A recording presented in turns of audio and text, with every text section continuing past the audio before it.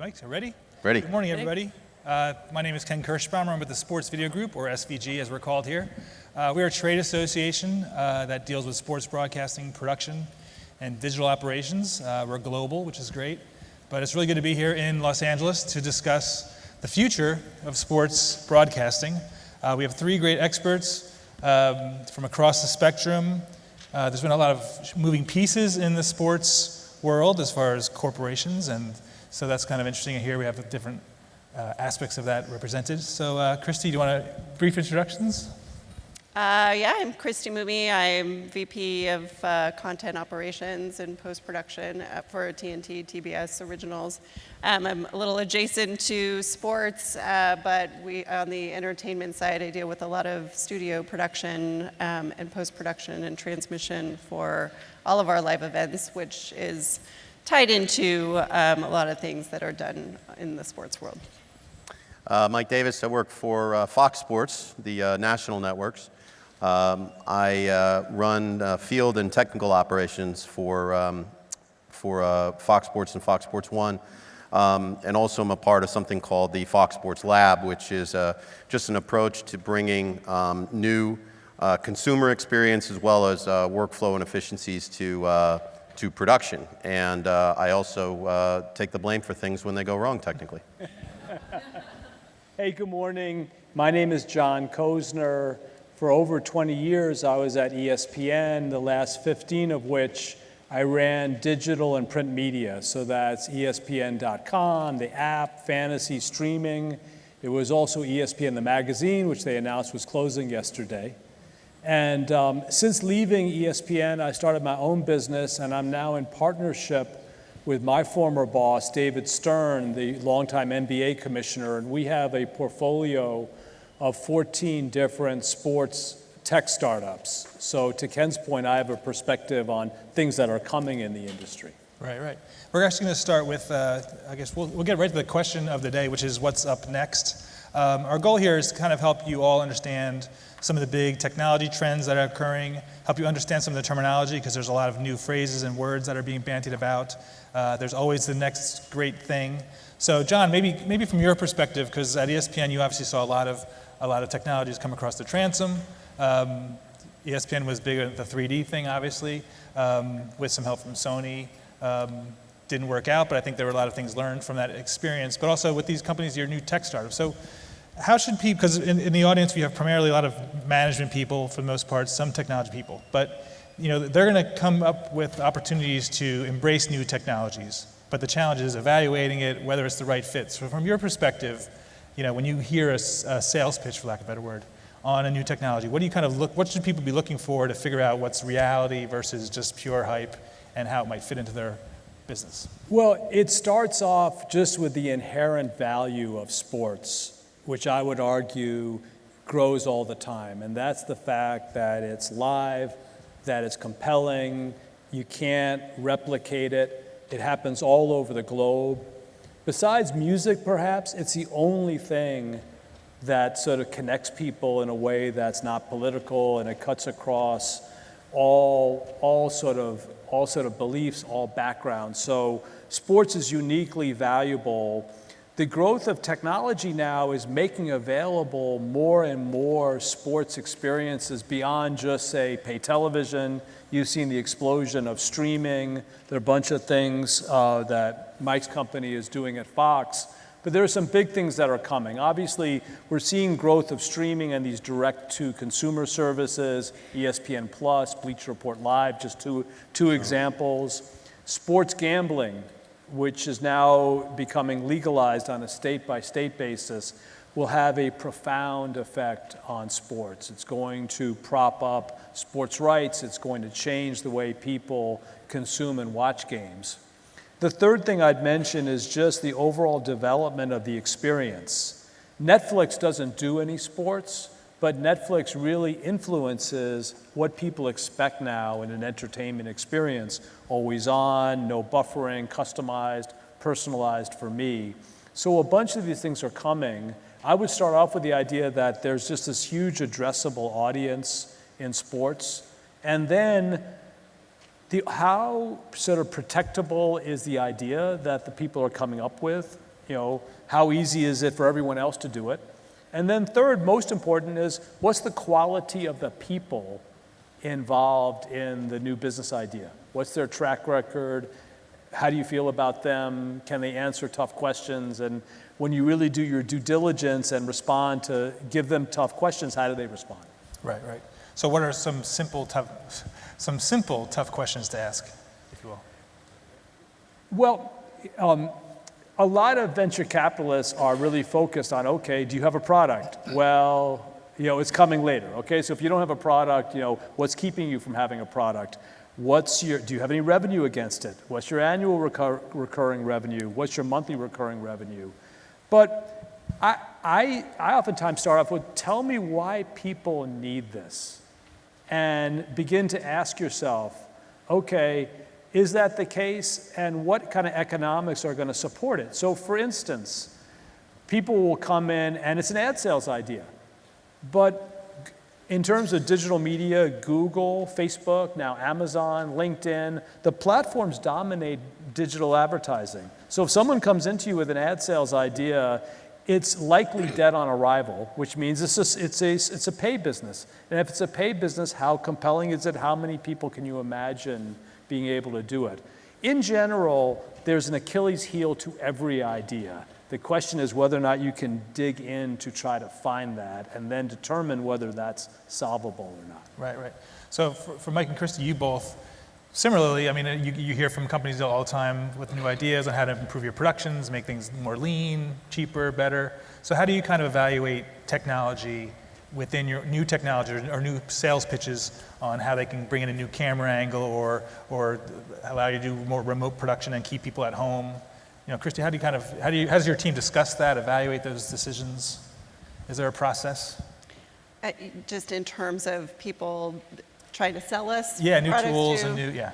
I mean, I don't deal with, that's not necessarily my direct line of expertise, but, I think what we're always trying to do is craft a show, and I think that is first and foremost what we want to incorporate. Are we setting the stage for what the show is supposed to deliver? So if you're looking at a show like Inside the NBA, and there was a reface of that set recently. A lot of the components of that show are, a giant video wall that they run replays off of and speak to all the time. They've got a giant basketball court. There was just this modern reface done of the set that builds kind of an arena atmosphere for them. And I think, you do need to stay on top of the technology. You do, for those video walls, have to have something that is, the latest technology. You want to make sure that you are positioning yourself as this, you're current and you're on the leading edge of what's out there.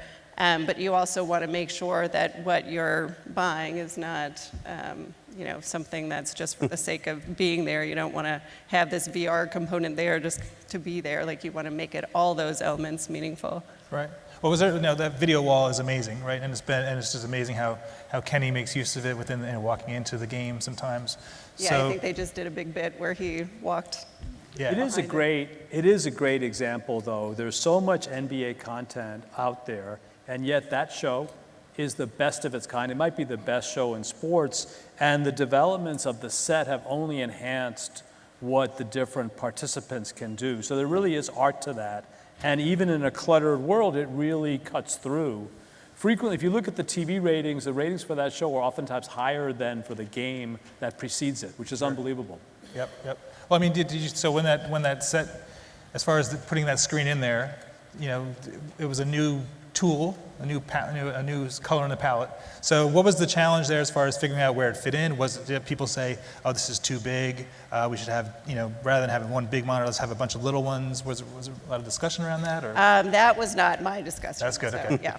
Well, I mean, I think Chrissy and John bring up so many good points that I want to touch on, especially, and I think that the wall is a good example of, something that definitely adds value to something that already has a tremendous amount of value. Because you don't want to kill the golden goose with something stupid, right? And I think you can kind of say that of everything. When you talk about technology in sports. This is a dream it, do it type of time, which brings with it its own challenges. There's a lot of noise. I'm sure you guys get pitched on crazy stuff all the time that may or may not have value, have return. Totally agree with you. If it's an ad sales pitch, forget it. You know, like maybe that would have worked 10 years ago. You could sponsor, you know, whatever it is, but it's not going to work. It's not going to work on digital, and it's not going to work on linear. But why do we look at these types of technologies anyway?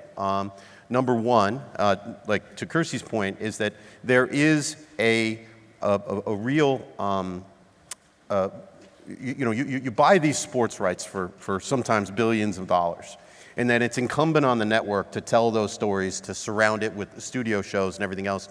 And to a certain extent, you're competing against each other because other networks are showing the same thing. There are a few exceptions to that, the NHL being maybe one of them.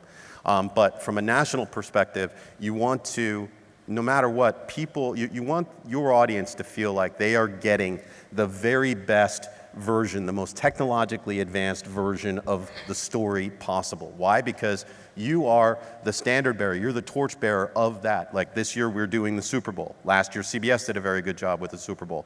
That, I mean, quite frankly, sucked, and it did.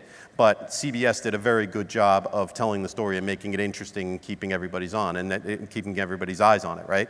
So when we look at technology, we look at, does it enhance that brand? I mean, of course, can we afford it, right? Because, right. I mean, there are certain things, hey, you're going to pay $50,000, I don't care, $50,000 a game, I don't care how cool it is. You've got to figure out how that's going to work with that, with your budget. But, is it going to enhance your brand? And does it pass what I call the bar test, right? And we're talking about linear now, and there's a whole other conversation to be talking about for interactive. But the bar test is, can you tell because this thing help tell the story if you're sitting at a bar, right? And if it can do that, then that's one of the metrics that we can use. And yes, somebody said it, but you don't want to use technology for technology's sake, because your audience will see right through that. But in your seat, you have a real challenge, which is that the vast preponderance of the audience and the revenue is in television, but a lot of the breakthroughs are in digital media, they're on different devices. So how do you take the live experience and enhance it for whatever device you're using? So for instance, like Steve Helmuth at the NBA has pioneered a sort of mobile view so if you get league pass and you're watching it on your mobile device, they use a low camera location. Right, a tighter, lower camera for mobile only. Right. Whereas most broadcasters will take their feed and it'll make it available to you on any screen, but good luck watching a tennis match on your phone with graphics that are that low. So, like in Mike's position over time, you have to say, okay, where's the audience going to be? How do I get to assure a great experience on any device they're using? It's not a trivial issue. It isn't, and it used to be that, we would just shove down any old camera angle and, say, you can look at the Skycam on your mobile device. Well, quite honestly, there wasn't a lot of value in that at all.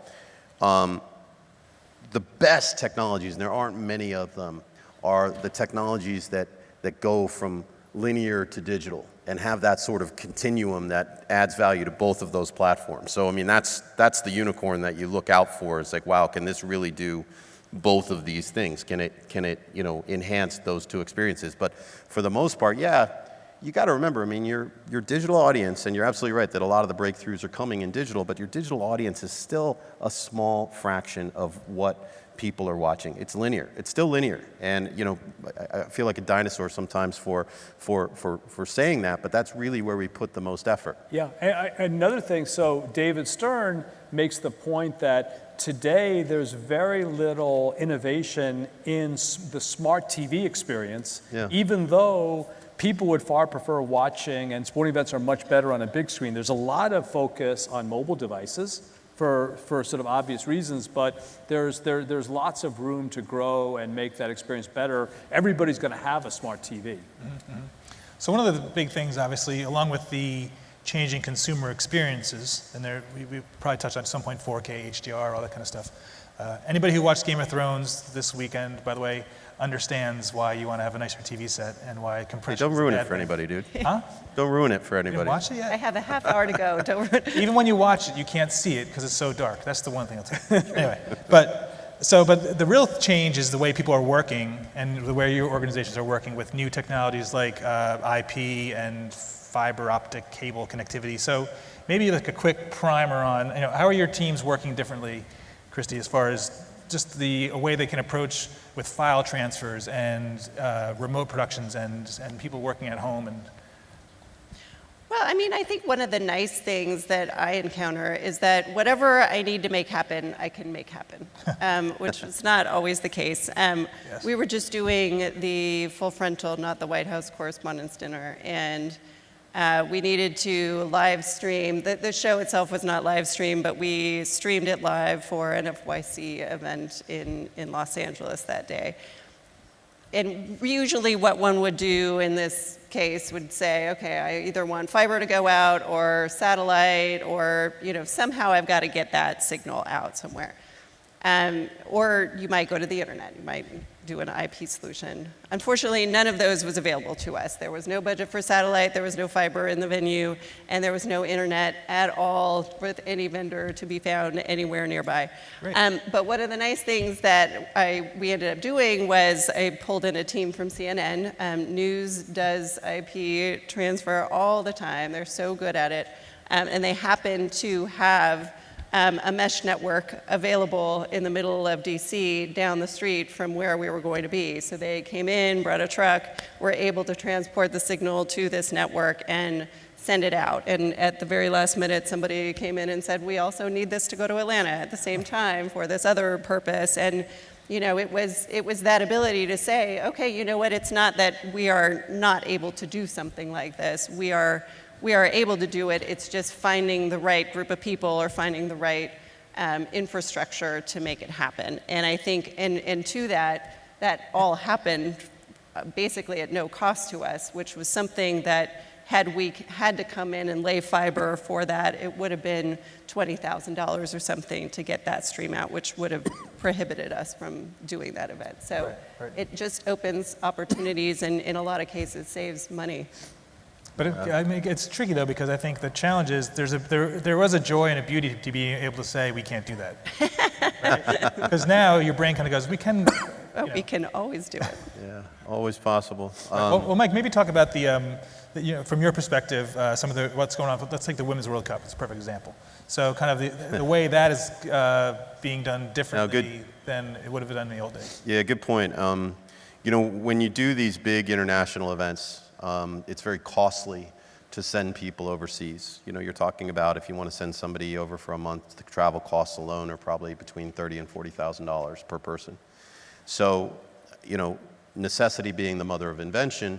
And also, by the way, we did Russia last year, and I can say safely that doing the Women's World Cup in Paris is logistically more difficult than doing the show in the middle of Moscow. I can say that for absolute sure. Why? Because, first of all, the bureaucracy in France, the fact that there are these French labor laws that don't allow people to work, even Americans, more than 35 hours a week or something crazy like that. So we have to bring everything back. We have to bring an awful lot back home. So an awful lot of what you will see this summer from Paris and Lyon and all the other cities is actually going to be done right down the street in Los Angeles. And because of IP, because of new transport schemes, because not that these transport schemes are new, it's just that we're just getting really good at it now.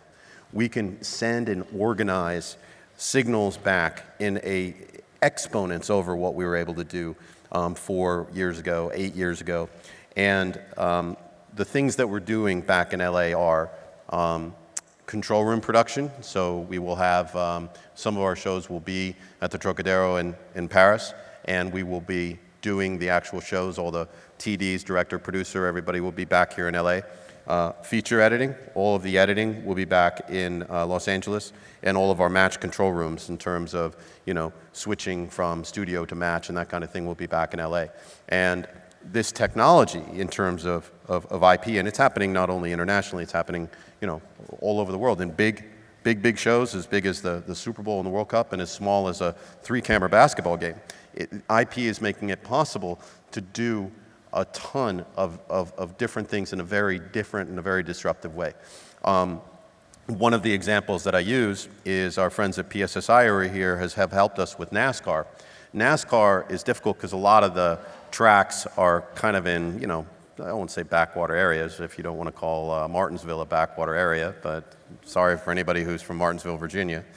But to get fiber there is one thing, and then how to organize the signal. So it wasn't too long ago that all we did from NASCAR is we sent the program back on satellite, and we got it back on satellite and called it a day. Well, now with fiber and IP and the organization of signals, we're sending 16 signals out and 8 signals back. And what that enables us to do now is that we took our studio off the road and we put it in Charlotte, which is now a virtual studio. It actually looks a lot better. And all of our editing now can happen in Los Angeles and Charlotte. So we're allowing to not only get a more efficient product, but I would argue a better product because of the technology that's available today. And that is just going to get more interesting. And I'm not going to go on about 5G, although I hope you ask me about it later. 5G is something that potentially will send this thing off into the stratosphere in terms of what we can do and what Kirsty can do and what the companies that John's looking at can do. It's an incredible time to be in the business. So when do we get to sub-second latency?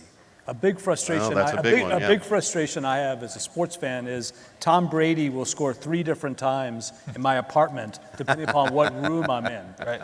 And for any of you who watch sports who will get a text from a friend, it's a shame they missed the free throw and the player hasn't even gone up to the line yet.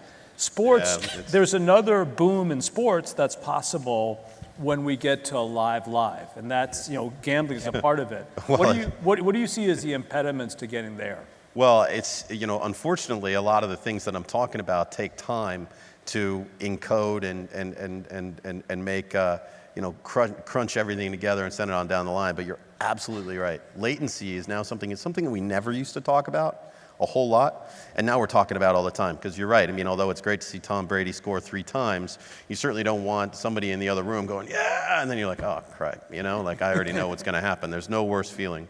In Latin America, it's interesting, they, a lot of times they have the same sport, the same exact game on 2 different networks. They have like a terrestrial network and a satellite network, and it is vitally important, even if it's half a second, it's a competitive advantage for one network to get the signal to the viewers, and they spend a lot of money doing that. So to answer your question, it could be a while, unfortunately, but because of sports betting, right, because you can't do prop bets right now, I mean, the dark secret is that what you see on TV is oftentimes 10, 15, even 20 seconds delayed over when it actually happens in real life.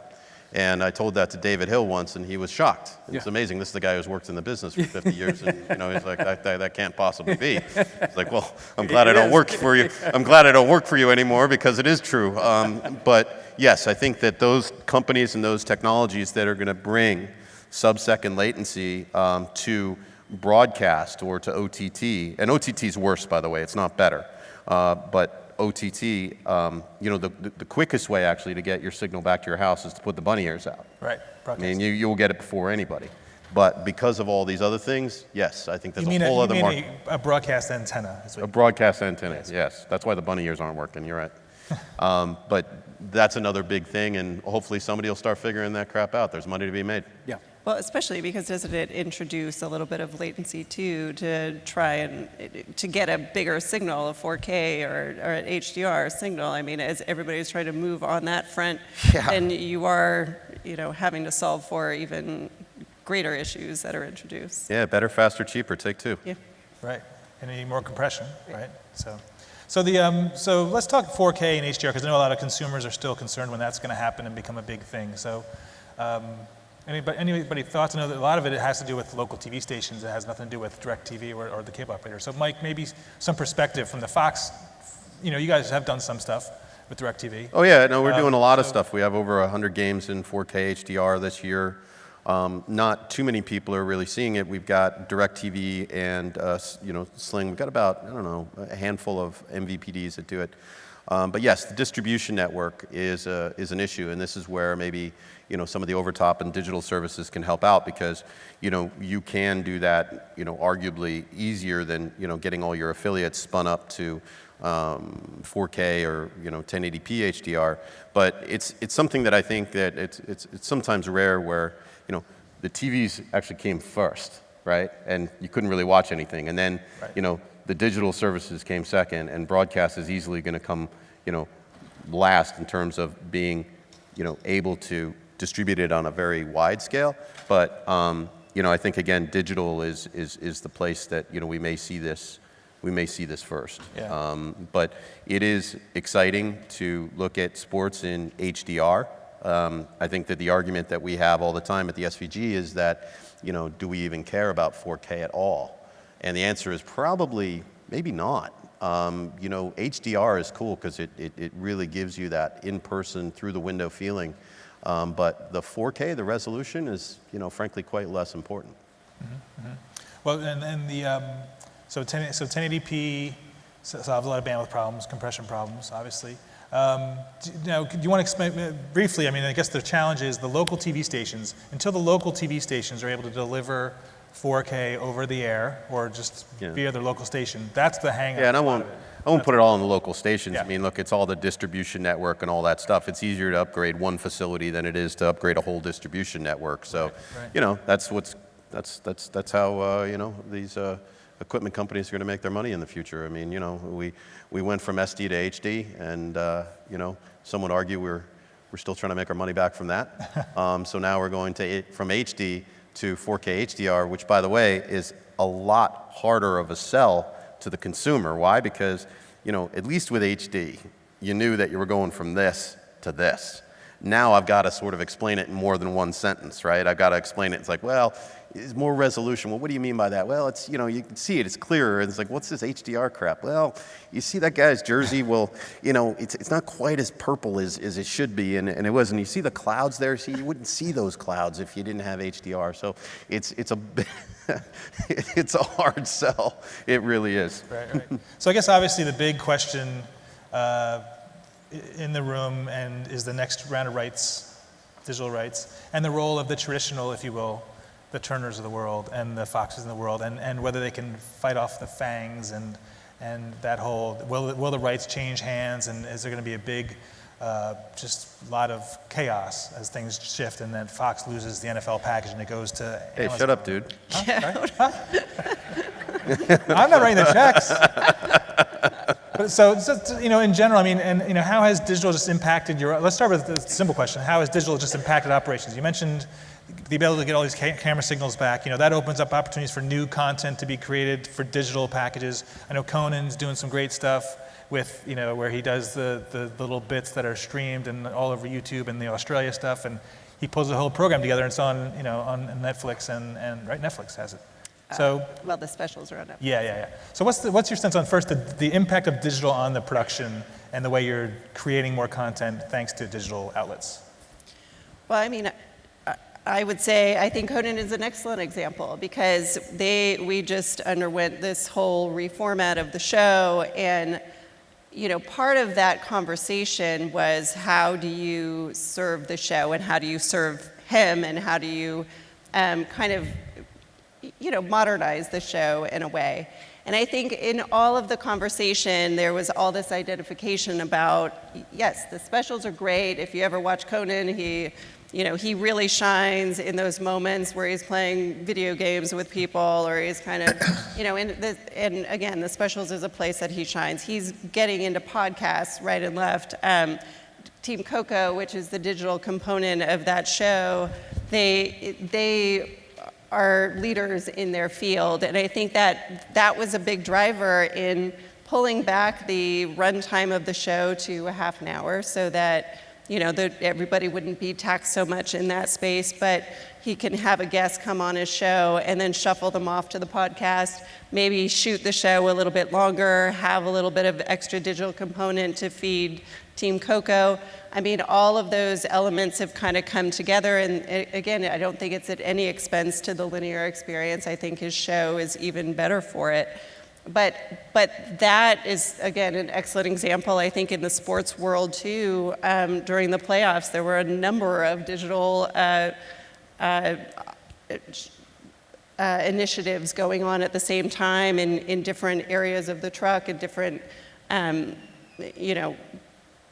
I think there was like a video game where the guys could go and play video games with people, and that was shown on digital. And, I think just, again, the technology and the ability to kind of just spin up these mini studios and places and be able to stream those in all of these different areas. You don't have one fiber line going somewhere. You can connect to all of these different areas, so you can feed your digital pipeline, you can feed your linear, you can feed wherever you need to go. Right. I know, speaking to Conan, his podcasts are amazing, very funny. So good. And it's interesting because Patton Oswalt one is great, and Ben Stowe, and their attitude is totally different. Like Conan says, finally a middle-aged white man has a podcast. That's what Conan said. But I think, for me, it's like the extension of now it's on the walk home or the drive home. It's just a whole different energy. And I mean, Mike, you see this too. I know obviously you guys do plenty of digital content.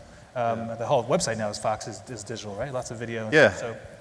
One of the things we found out is that, sort of in the evolution of thinking in terms of digital programming, it used to be, okay, let's just take whatever fell off the table and throw it over to digital. Okay, well, that's as good as it sounds.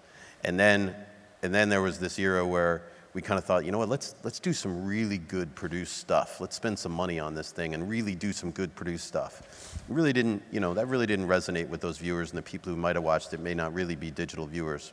So now I think we're at this point, and it makes a lot of sense where, we're programming things digitally, and what I mean by that is like, it kind of looks a little bit rougher. It kind of looks like a little bit more, improvised. It's not as much production value. We shoot stuff portrait style, because I guess that's what the kids like now. All this stuff, and it doesn't need to be produced. It doesn't need to be, nice and polished, because why? Look, we're giving that stuff anyway on the linear side. So digital should look different, right? Digital should feel different. Digital should have, a different feeling to it. And I think that the good news there is that, number one, there's a lot more fodder out there, and I think that the Conan O'Brien show is such a good example of that. It's like, yes, of course, you be in the studio and you do the podcast and whatever, but then also it really doesn't cost that much more to produce. So since your budget still need to match the eyeballs that are looking at it. And in digital, that's obviously, and at least for the time being, is going to be a fraction of what you're producing television for, at least for now. So the budget does have to match that. I just think we're in a period of transition. If you take a look at Twitch, for instance, you'll see a lot of what the future is going to be and sort of what's possible. Today, we still present most sporting events as single feeds. We do Spanish language, but there's the potential to have multiple broadcasts with multiple announced tracks. I think that's coming. Yeah. And conversation. I mean, you mentioned it that sports is tribal, right? I mean, people watch sports together. So we've got a business called Caffeine that is out there that, yes, it's a bit of a Twitch competitor, but what they are focused on is taking a look at the social aspect of sports. And this may well be, if it's done right, kind of the place where digital really fits with sports the best is, can you do a digital sports bar? So if you are sitting watching TV, in your living room with a friend or maybe by yourself, you're actually watching with your fellow supporters, just like the guy from the LAFC. How do you create that sort of community online? And Caffeine, I think, has a good start on it. Twitch, if you watch it, like if you watch Thursday Night Football right now, you'll see just a whole bunch of chatter and, frankly, garbage that goes up the thing. But like you said, we're in this era of transition. So what you see on digital is experimentation on display. Right. Like with Thursday night with NFL, Fox has both the Thursday night football and they also have Sunday afternoons, which is a great package for them. But on Thursday night, they share it with Amazon, which streams. And there's a relatively small audience that's streaming on Amazon. I don't really know how big a threat or factor that is for Fox in the big picture. To answer your earlier question, that may be the direction that we go. I'm very skeptical that the big broadcast networks and sports TV networks, sports cable networks are going to give up much in the way of sports, at least in the next cycle. I think they're very motivated to keep it. What you may see is more sort of segmented out and FANG companies taking little pieces of things. I'm very skeptical right now, however, in the negotiations that will hit in the next couple of years, that you're going to wake up one morning and all of a sudden Amazon has Monday Night Football. It's possible, but I think it's unlikely. Well, it's interesting because you look at we'll take the NFL. I mean, so let's say the bidding comes in and Amazon comes in with the biggest bid for a Sunday afternoon package. That's not going to be, I mean, they may have the biggest number, but there's going to be a lot of gut checking at the NFL to say, wait a second. Oh, yeah, absolutely. I mean, especially if we're talking latency, and the gambling thing by then will be a real thing. It's going to be. Hey, you can still take the biggest check and take the biggest check and kill your sport. It's happened. And I mean, I think that's one of the reasons why, certainly there was talk of this, but when we're talking about the regional sale that is ongoing, that the FANG companies weren't there. I mean, they might have been there at the beginning, but at the end of the day, and of course they can always surprise you right at the very end. However, that hasn't really been the talk of the town. No. Right. Well, I always point to there was a cricket rights deal in India, I believe, that supposedly Amazon was in the mix, and they put in a big bid, like $600 million. So people were like, oh my God, Amazon, or maybe it was Facebook even, is serious about online rights for their exclusive rights. The actual winning bid was $2.6 billion. It wasn't even like in the park. So I was like, it's like us walking into a Sotheby's and bidding $10, $15, $20 to $12 million on a Monet painting. Yeah, it sounds great. We're in the game, but we're not going to walk out with the painting. So it's going to be interesting to see how this all kind of shakes out. But I think we're out of time. So with that said, thank you very much for your time. Thanks, our panelists.